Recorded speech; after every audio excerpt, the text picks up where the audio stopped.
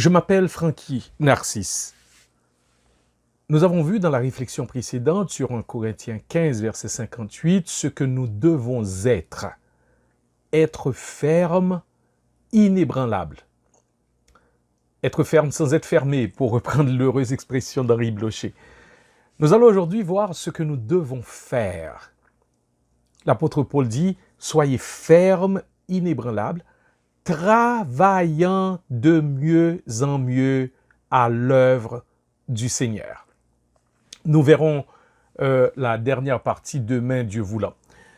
Arrêtons-nous sur cette expression, travaillant de mieux en mieux à l'œuvre du Seigneur. Nous pouvons y voir premièrement le travail et deuxièmement le maître du travail. Voyons d'abord le travail. Ainsi, mes frères bien-aimés, soyez fermes, inébranlables, travaillant de mieux en mieux. C'est ainsi que Louis II traduit le texte qui dit littéralement ceci, toujours surabondant dans l'œuvre du Seigneur. Les différentes versions de la Bible le rendent ainsi, travailler toujours mieux, la version parole de vie, Darby le rend ainsi, abondant toujours, la Bible du Semeur le rend ainsi, travailler sans relâche, et la Bible en français courant, soyez toujours plus actifs. L'apôtre Paul utilise deux participes, abondant et sachant, pour spécifier ce qui doit accompagner le fait d'être ferme et inébranlable. Le point à souligner, c'est que les personnes sauvées par Jésus-Christ doivent être non seulement fermes et inébranlables en ce qui concerne les vérités doctrinales, concernant l'Évangile en général, la résurrection en particulier, mais ils doivent aussi être fidèles, fervents dans le champ où Dieu les a placés. Ils doivent être fermes dans la doctrine et ils doivent être fidèles dans le service. Travailler de mieux en mieux à l'idée de servir, comme le dit John Butler, autant que tu peux et aussi souvent que tu peux. Je le répète, autant que tu peux et aussi souvent que tu peux. Et même en tout temps. Travailler de mieux en mieux a l'idée de qualité plus que de quantité. Ça a l'idée d'amélioration constante et progressive, plus que la multiplicité d'œuvres. Travailler de mieux en mieux suggère qu'il n'y a pas de place pour les lâcheux, entre guillemets, ni pour les paresseux. Le pasteur John Piper dit dans une prédication sur ce verset, « Travailler de mieux en mieux signifie en faire beaucoup. Abondant toujours, comme le suggère le texte original, signifie déborder avec.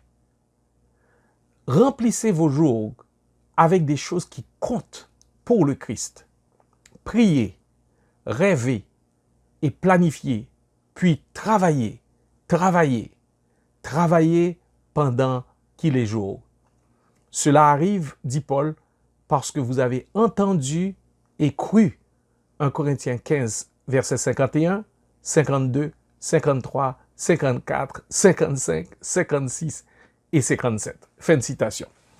De fait, ces jours-ci, dans la grande majorité des cas, c'est moins l'épuisement, entre parenthèses, le burn-out, que risque la plupart des croyants, que plutôt l'obésité due à l'inactivité et à la passivité.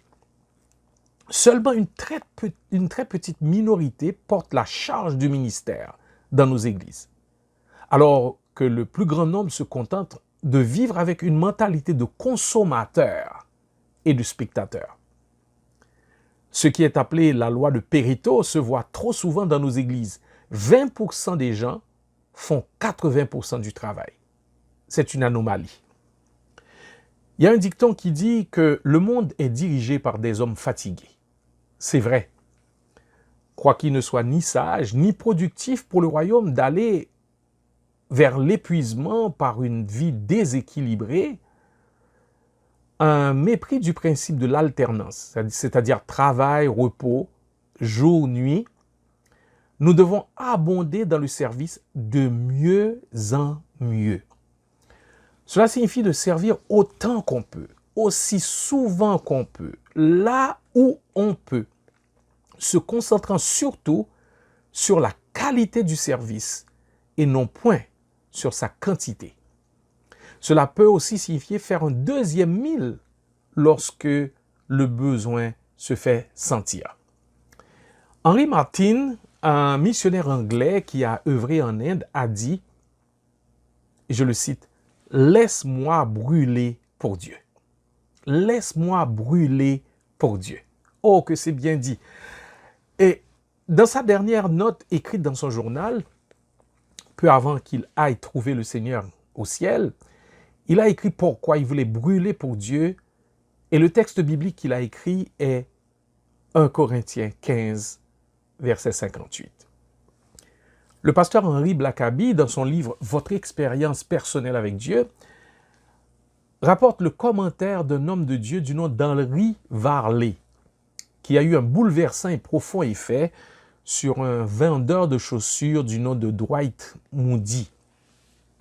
Et Henry Varley avait dit « Le monde n'a pas encore été témoin de ce que Dieu peut accomplir avec, pour et dans un homme, entre parenthèses, on pourrait aussi dire une femme, qui lui est totalement et entièrement consacrée. »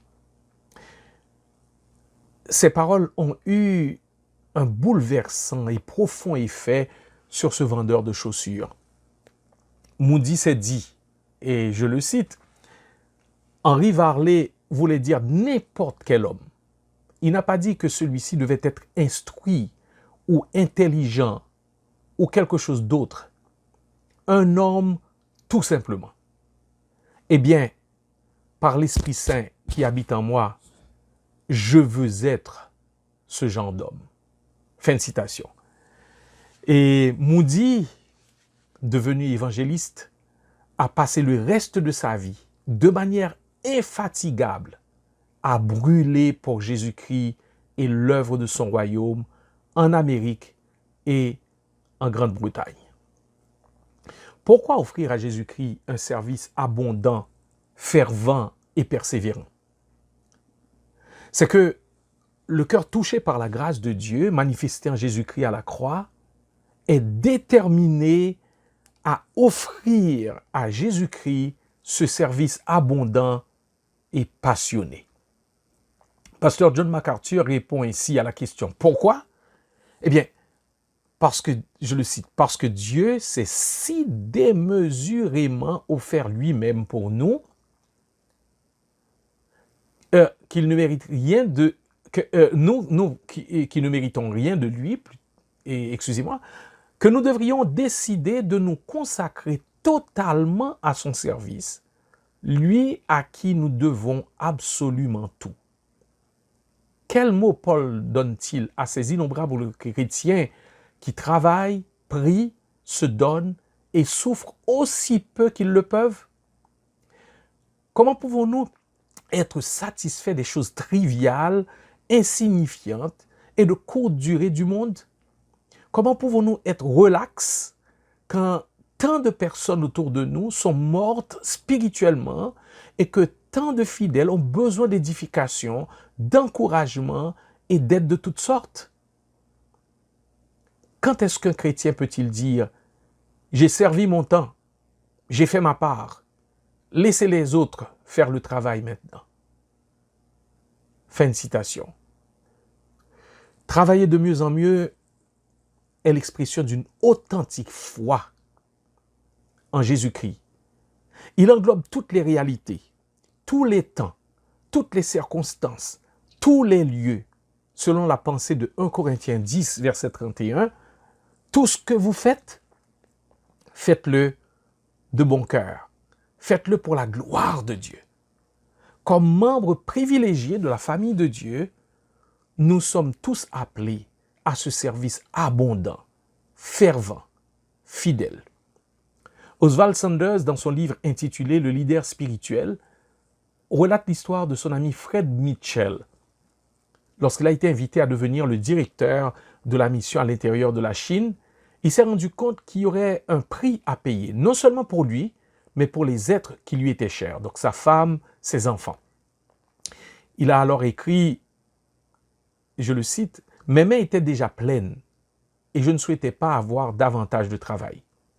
J'avais déjà vécu assez longtemps et j'avais déjà assumé suffisamment de responsabilités pour savoir qu'il ne faut pas les chercher, car on les porte généralement en payant le prix fort. En payant le prix fort. » Fin de citation. Ce service en haute définition, travailler de mieux en mieux, implique un prix fort à payer. Non pour être sauvé, non pour être sauvé parce que nous ne sommes pas sauvés par nos œuvres, par notre service, mais parce qu'on est sauvé.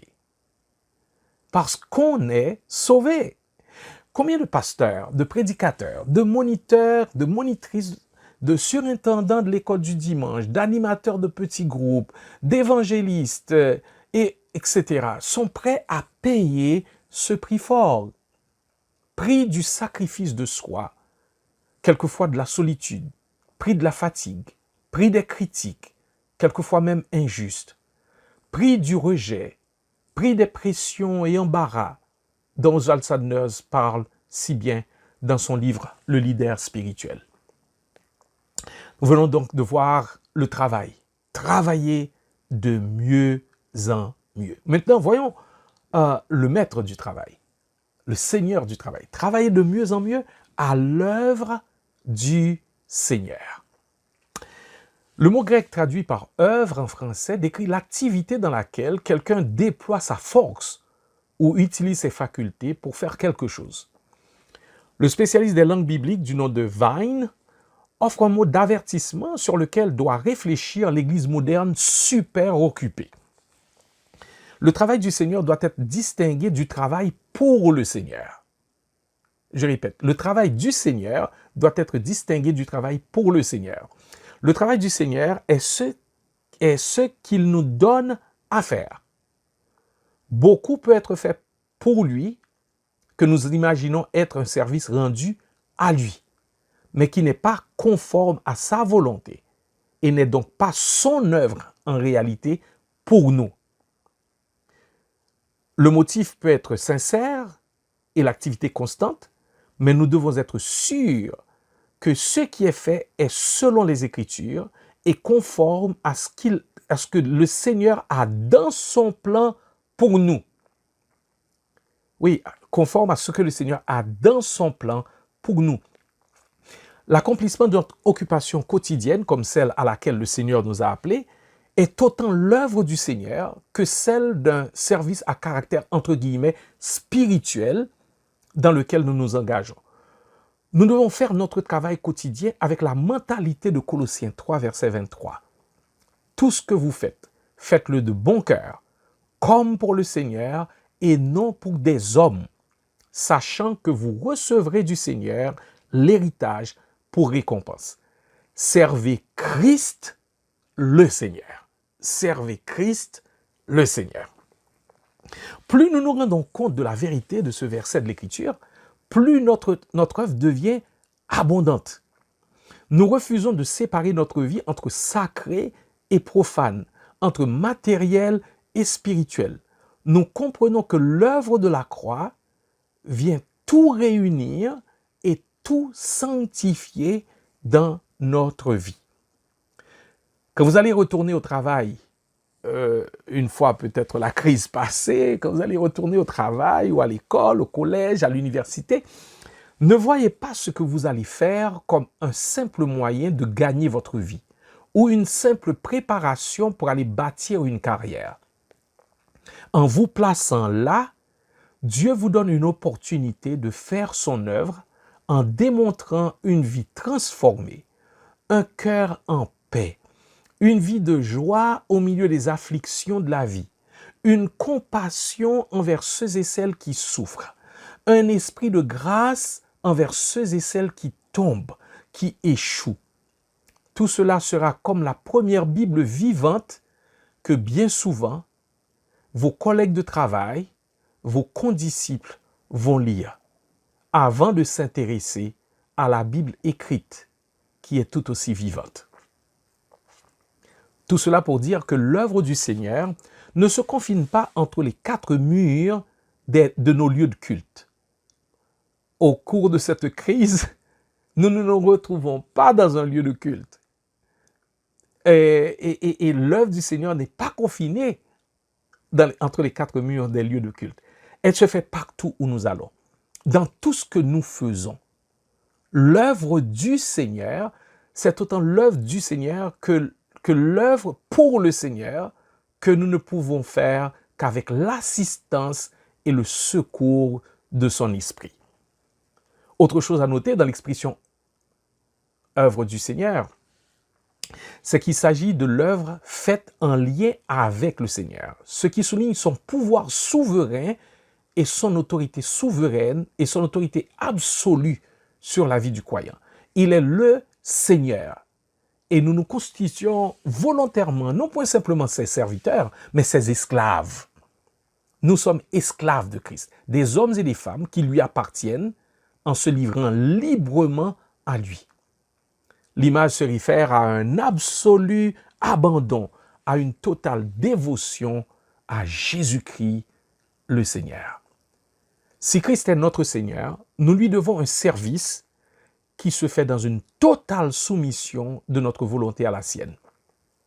Ce que Paul disait aux chrétiens de Corinthe, c'est qu'ils fassent volontairement le choix d'abonder toujours à l'œuvre du Seigneur, gardant toujours à l'esprit que c'est ultimement l'œuvre du Seigneur qui fait partie de ce qu'il a préparé d'avance pour ceux qui sont devenus son ouvrage, son poème, son chef-d'œuvre, comme nous le trouvons en Éphésiens chapitre 2, verset 10. Concluons. Bien-aimés en Jésus-Christ, travaillons de mieux en mieux à l'œuvre du Seigneur. Qu'il soit évident que le travail du Seigneur ne se fait pas avec paresse, avec médiocrité, avec négligence. Si on nous annonçait que le président du pays dans lequel nous vivons allait être présent au prochain culte, que n'aurions-nous pas fait pour préparer un culte excellent? Tout le monde se serait mis de la partie pour que la musique soit excellente, l'accueil excellent, les chants des chorales excellents, la propreté des lieux excellente, l'ordre excellent. À chaque rencontre des sauvés, il y a plus que le président du pays. Le roi des rois, le Seigneur des seigneurs vient. Alors, mon frère, ma sœur, travaillez de mieux en mieux à l'œuvre du Seigneur. Le Seigneur le mérite. Nous verrons dans la prochaine réflexion la dernière partie de ce si beau verset. Bon ministère pour la seule gloire de Jésus-Christ.